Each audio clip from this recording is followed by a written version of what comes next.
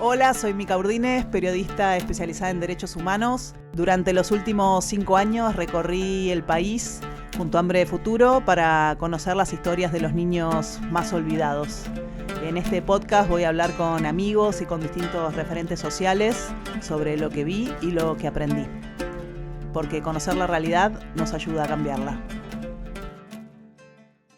Estamos con Bea Duke, ella es investigadora del CONICET y fundadora de la propuesta DALE, de alfabetización inicial, para conversar un poco sobre cuáles son los principales desafíos de la educación hoy. Muchas gracias por estar acá. No, gracias a vos por invitarme. Placer. Bueno, como sabés, el tema de la educación es un tema que nos desvela desde Hambre de Futuro. Estuvimos recorriendo todas las provincias viendo un poco cuáles son los desafíos, las dificultades y las angustias que tienen los chicos, ¿no? También a la hora de aprender. Yo te cuento un poquito cómo fui viendo yo alguna de esas cosas y vos después me contás en las aulas, ahí en el barro, cuáles son los problemas reales hoy.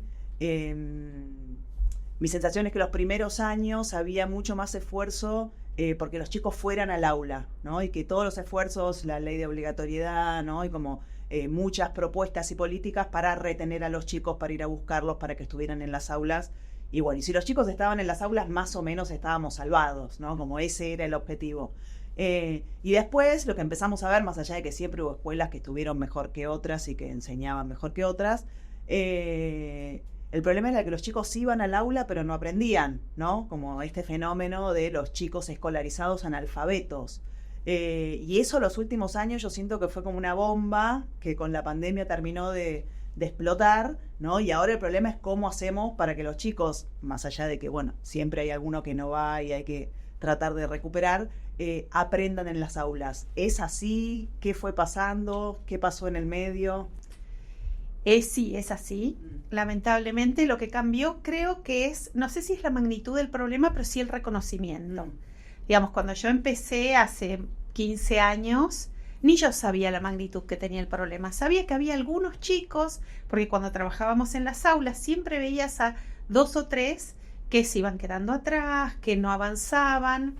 Cuando yo desarrollo la propuesta DALE, empieza a circular, la subo a las redes, es gratuita, de descarga libre, y empieza a llegar la demanda. Y empieza a llegar, pero siempre como un tema entre los que estamos trabajando en contextos de pobreza, ¿no? Es decir, cualquier maestra que estaba en contexto de pobreza sabía que esto sucedía, pero no era algo que la sociedad supiera.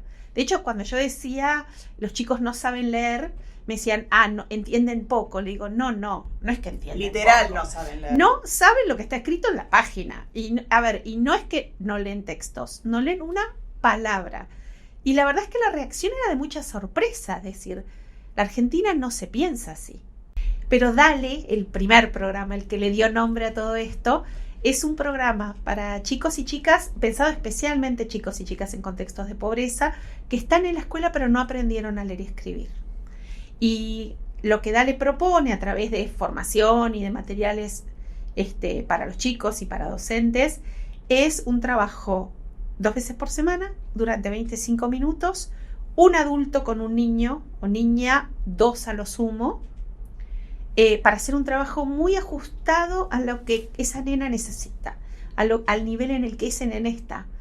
Y lo que venimos viendo a lo largo de ya más de 10 años es que cuando enseñamos bien y cuando le ponemos el corazón y cuando creemos en los chicos que de pronto tienen 14 años, hace 7 años que están en la escuela sin aprender a leer y escribir una palabra, en 3 meses arrancan. Creo que hubo un cambio muy fuerte a partir de los resultados de la prueba ERCE que tomó UNESCO en el 2019, que mostraron que los chicos de tercer grado de Argentina entendían menos que el promedio latinoamericano. Uh-huh. Y eso pegó. Nos duele, eso no ser los mejores. Eso dolió, no solo no ser los mejores, estar por debajo del promedio latinoamericano. El Salvador tuvo mejor puntaje que nosotros, con todo el respeto, pero con una economía que es muy inferior a la nuestra, ¿no? Entonces, países con mucho menos recurso económico se desempeñan mejor en lo educativo. Es decir, hay algo de lo educativo que no nos está saliendo. Uh-huh. Bueno, creo que esto hizo que el tema empezara a ponerse en agenda de otra manera, que empezara a haber conciencia de que esto no está bien, de que esto no alcanza, de que decir que los chicos tienen que aprender a leer y escribir en tercer grado No es así, tienen que aprender a leer y escribir en primer grado. Y si en primer grado no lo logran, para mitad de segundo tenemos que haber hecho algo para que lo logren.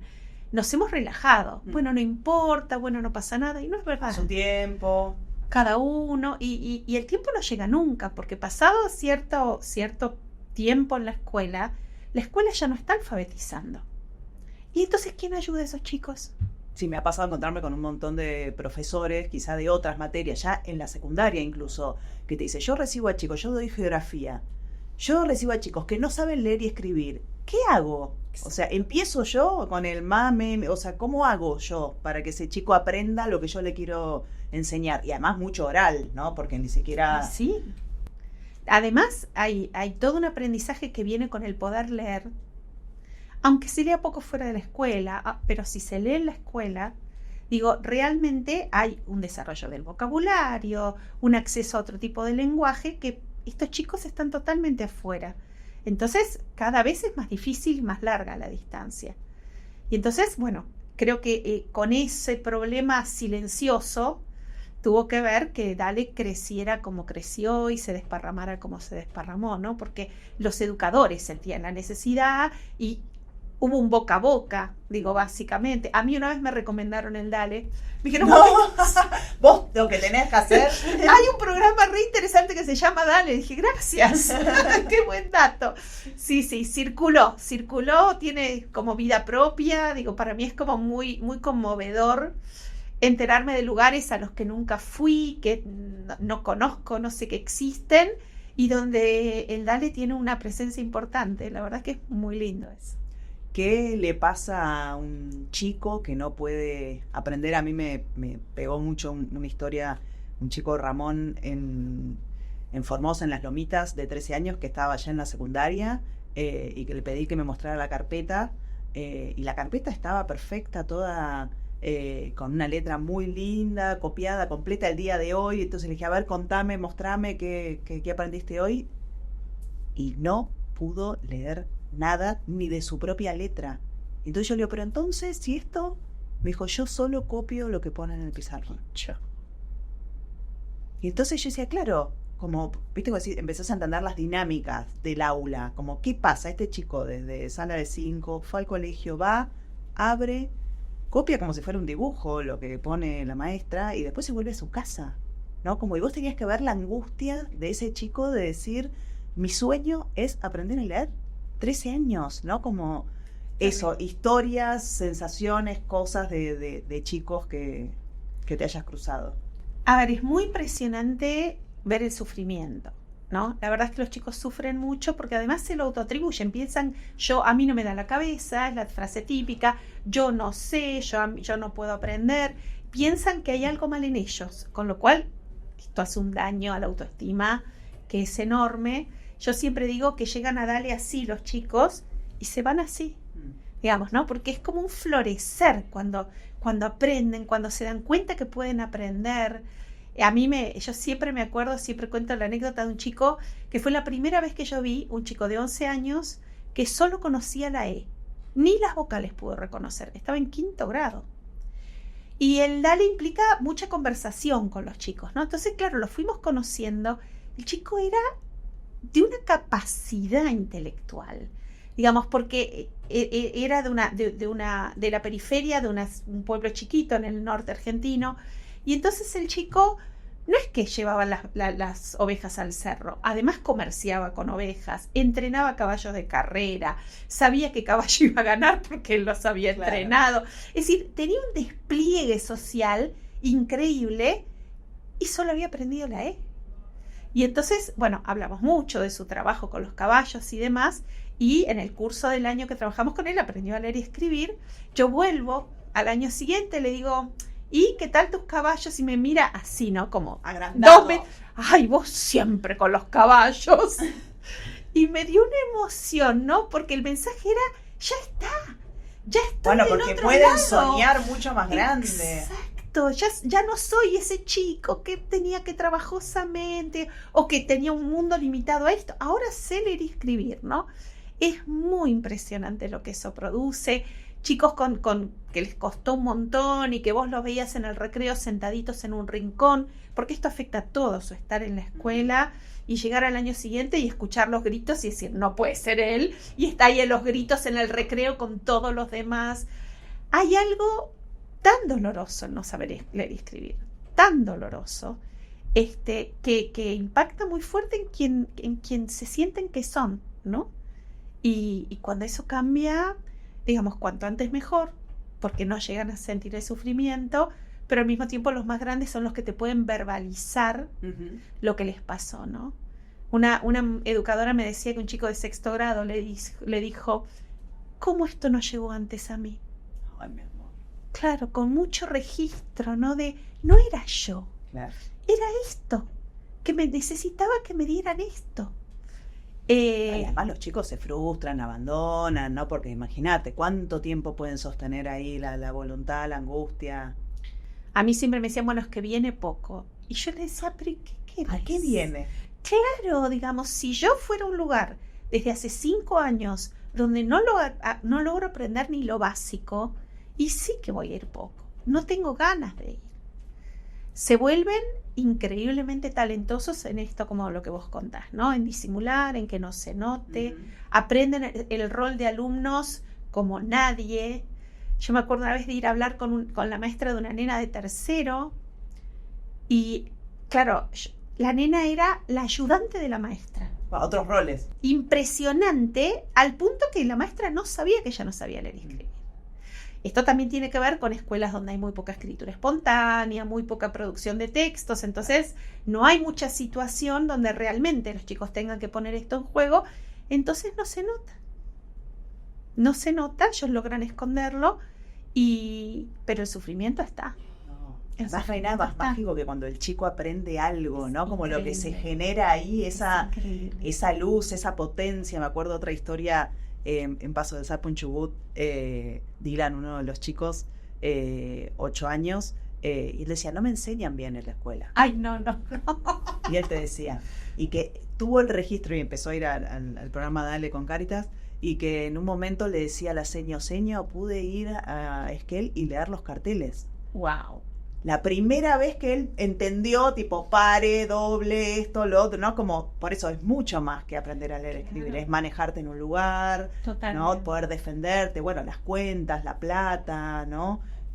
Bueno, en muchos casos nosotros lo que vimos, porque ahí también es como que se abre otro abanico, de padres que no pudieron terminar la escuela, ¿no? Muchos padres analfabetos, entonces el ambiente educativo de esa familia y de esa casa es muy bajo, ¿no? Entonces son padres que no tienen libros, que no le leen cuentos a los chicos, que no los pueden acompañar en las tareas, ¿no? Entonces, bueno, ahí eso ya arrancan con una desventaja enorme, y si encima van a escuelas en las que los chicos no pueden aprender a leer y escribir, idealmente pegar ese salto, ¿no? Como ser esa generación de chicos, porque antes, bueno, la escuela pública era un trampolín donde los chicos podían sacar a la familia de la situación de pobreza, tener una carrera.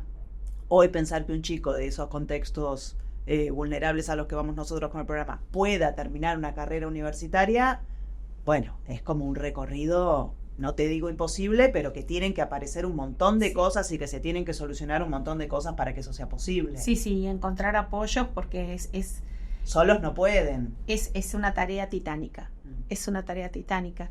A ver, yo siempre digo, la escuela se creó para un mundo de analfabetos y convirtió al mundo de analfabetos en un mundo alfabetizado. Es decir, cuando esto empezó, todas las familias eran analfabetos, ¿no? O sea que venía a igualar también. Claro, pero la escuela lo pudo hacer y en tiempos históricamente muy breves.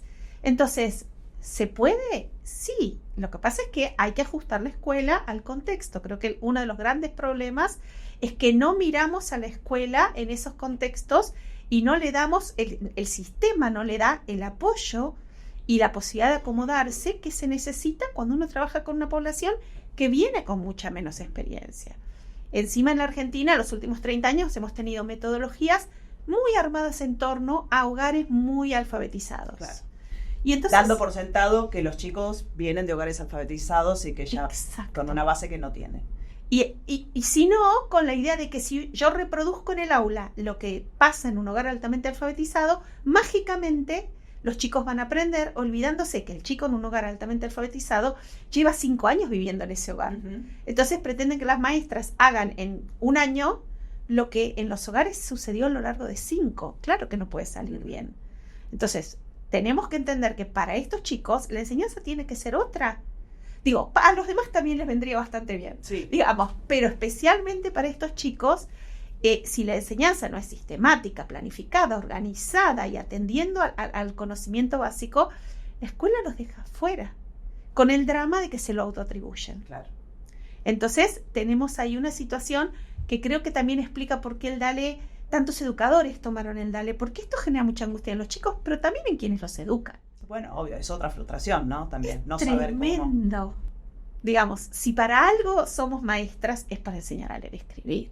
Y cuando eso no funciona, bueno, también como docente uno se siente afectado en el sentido de, yo tampoco estoy sirviendo. Digo, yo he tenido maestras con lágrimas en los ojos diciendo, ¿será que yo no soy buena maestra? Yo le digo, no, mirá, lo que no tenés son las herramientas adecuadas. Claro. Pero digo, y me ha pasado mucho de ver a maestras muy conmovidas, incluso gente que al principio parecía dura, ¿no? Porque, bueno, uno se defiende de esto. Es decir, tengo un montón de chicos que no saben leer y escribir en el aula. La culpa es de los chicos. Y O de la escuela, o del director, o de los padres, ¿no? Exacto. Siempre la culpa pero es no de los mía, otros. digamos, Claro. ¿no? Y he visto a maestras que estaban en una actitud así muy cerrada. Cuando los chicos empezaron a aprender, se les caían las lágrimas. Digo, ¿no? Porque yo creo que ese fueguito en algún lado está. Obvio. Que en algún lado está. Entonces, cuando ven esto, me acuerdo un caso en una escuela, una maestra que realmente cuando empezó la habían asignado al DALE, ella no quería saber nada, no tenía ninguna expectativa, y al mes y medio, cuando yo vuelvo, viene un nene que no escribía una palabra y me trae un texto donde no se entendía todo, pero la primera oración y la última se entendían, ¿no? Se ve que es donde había puesto. Ay. Y entonces lo leo y lo felicito y le digo, mostrarle a la maestra. Entonces, mostrarle a tu maestra lo que escribiste. Va la maestra y cuando vuelvo a mirar a la maestra estaba llorando delante de todo el grado Mirá, wow. de la emoción que le producía. Hay como mucho dolor, pero también hay un enorme potencial de mucha emoción atrás del tema de la alfabetización, ¿no? A mí a veces me dicen, bueno, ¿por qué discuten tanto los enfoques? Y yo contesto, porque es muy importante. Es lo más importante. Es muy importante. No da lo mismo que los chicos aprendan que no. Entonces sí, discutimos. Obvio que sí. Es ahí, es la batalla que hay que dar. Es la batalla. No, y además en estos contextos en los que es más complicado, por ejemplo, en las zonas rurales a las que vamos nosotros, es real que hay menos días de clase, Sí. llueve, los chicos no van, Total. ¿no? El maestro pidió licencia por cualquier cosa, digo, se tiene que operar, lo que sea, no hay nadie que pueda reponer ese maestro, el transporte, ¿no? O sea, ya de por sí tienen Es muy menos difícil. días de clase, son contextos en los que los chicos no comen todos los días, hoy la Totalmente. situación es tremenda, ¿no? Digamos, hay, además de la situación meramente pedagógica, un montón de otras variables que también influyen en lo que los chicos pueden o no aprender y de lo que los docentes se tienen que hacer cargo, ¿no? La escuela en algunos lugares es la única presencia del Estado, es el referente de la comunidad, no es el lugar de vida, entonces, bueno, hay ahí un montón de cosas detrás de la escuela que me parece que también es más complejo, ¿no? En esos contextos, entonces por eso te quería preguntar, ¿cómo ves vos hoy esas escuelas o qué te traen los docentes? A ver, la verdad es que hoy estas cosas están apareciendo en las capitales provinciales, ¿no? Ni siquiera, no solo en las zonas rurales. No solo en las zonas rurales, nos pasó hace poco, nosotros siempre sostenemos que hay que aprovechar la primera hora, ¿no? Cuando los chicos llegan frescos, que a veces quiere decir medio dormidos, entonces todavía están tranquilos, pero están con posibilidad de atender, y por primera vez escuchamos a las maestras decir, no, la primera hora no se puede trabajar, los chicos tienen tanto hambre que hasta que no les damos el desayuno no hay nada que hacer. Y esto era algo que nunca habíamos escuchado. En una capital provincial nunca lo habíamos escuchado. Este año es la primera vez y que tiene que ver con lo que está pasando, ¿no? Claro. Digamos, ya está llegando a la escuela pública la tragedia que se está viviendo en la sociedad entre los más pobres. Y en ese sentido, el desafío es enorme. Yo a veces empiezo los talleres preguntándonos por qué enseñamos, ¿no? Es decir, porque a pesar de todo, hay esta canción que, bueno, de tiempos de la dictadura, ¿no? De por qué cantamos. Es decir, porque a pesar de todo seguimos cantando, se preguntaban los cantantes, Y entonces yo a veces invito a los docentes a pensar por qué enseñamos, ¿no? Porque cuando la situación está tan dura, cuando uno siente que viene el chico a pedirte comida o te dice que tiene frío, tuvimos un invierno terrible. Situaciones de violencia en la casa. Familias desesperadas, y la desesperación trae lo peor, te saca lo peor de cada uno. Y entonces a veces recordamos, ¿no? Y es, bueno, yo les pregunto esto, bueno, ¿y por qué seguimos enseñando, no? Y es súper conmovedor, desde ver las lágrimas en los ojos hasta las maestras que te empiezan a nombrar chicos. Que les cambiaron a ella. Sí, porque yo sé que eso que le pude dar a fulanito se lo puedo dar a otros. Cuando yo trabajo con educadores en los barrios, me dicen por las familias, ¿no? Porque en los barrios, en las organizaciones comunitarias, el vínculo entre las organizaciones y las familias es muy cercano, y entonces sienten la enorme responsabilidad de apoyar a las familias en este momento tan duro. Pero además, yo insisto, ¿no? Digamos, tenemos una docencia increíble, porque en esta adversidad, que yo a veces me pasa esto, es decir, me van a sacar corriendo con esta propuesta, me van a decir que los chicos no están viniendo a la escuela, me van a decir que los chicos no comen, y no dicen eso, dicen, ¡ay, qué buena idea! Probemos, sigamos intentando, ¿no? Hay una vocación de seguir intentando que a mí me parece extraordinaria. El colectivo docente es un lugar muy lindo. Ahora que me traes lo de los docentes, algo que yo veo mucho y que me da como mucha tristeza, es no solo que perdió un poco el prestigio, ¿no? El ser docente. O sea, yo no conozco a nadie de mi entorno cercano que sueñe con ser docente, que quiera ser docente, ¿no? Como que hay algo de que, bueno, antes era ser médico, abogado y docente, eran como las profesiones, cura quizá, ¿no? Como que eran las profesiones las mejores o las que todo el mundo quería llegar a ser. Hoy, lamentablemente, no es aspiracional. Entonces, como que, bueno, no es que, no sé si no van los mejores o van los peores. Lo que digo es que no está reconocido económicamente, no está la inversión que se debería hacer a nivel Estado, pero tampoco está en el imaginario, ¿no? Colectivo, ni el reconocimiento por ese trabajo titánico que hacen, ni un aspiracional por llegar a ser docente. ¿Qué pasó ahí? Bueno, creo que lo que pasó es básicamente una situación de mucho deterioro económico. Y también yo digo que a veces el sistema educativo tiene una enfermedad autoinmune, ¿no? Porque y porque ha habido como tanto desprecio hacia la idea de enseñar, ¿no? Es decir, los chicos aprenden solos, casi que los adultos molestamos. Si los adultos interferimos con el aprendizaje, estamos incordiándolos. Hay como una ideología de este tipo, de que el docente no es el que enseña, sino el que genera las condiciones para que el niño aprenda. Entonces, un sistema que se dedica a la enseñanza y que decide que la enseñanza es algo malo, se está haciendo daño necesariamente. Es como si a los médicos se les dijera, no hay que curar, hay que generar las condiciones para que el paciente sane. Los médicos, claro, se te matan de risa y te dicen, mira, cuando hay un cáncer yo opero, digamos, ¿no? Bueno, en la docencia ha habido un discurso muy fuerte, entonces, como cierto desdén hacia la tarea. Ha habido esta idea de que los chicos van a aprender solos, entonces pueden aprender en cualquier lado. ¿Para qué queremos la escuela? Ya la pandemia nos vino a mostrar lo que pasa cuando no hay escuela. Además ahí los padres empezaron a hacer la tarea con los chicos, es decir, un poco se habían desligado de la tarea educadora, ¿no? Totalmente, porque además es fácil, porque va a suceder, y si no, hay que darle tiempo. Hubo como una ideología que hizo mucho daño también, ¿no? Porque entonces, si no tenemos que enseñar, ¿para qué estamos? A mí me ha pasado en provincias donde estos planteos han llegado mucho menos y donde en relación con el costo de vida los sueldos son bastante buenos, que yo cada vez que llegaba era como volver al pasado, ¿no? Porque sigue habiendo un orgullo en la docencia, un orgullo increíble. Es tan hermoso de ver. Es tan hermoso. En algunas provincias. En algunas provincias, sí. En algunas provincias todavía está como muy preservado. Qué bueno.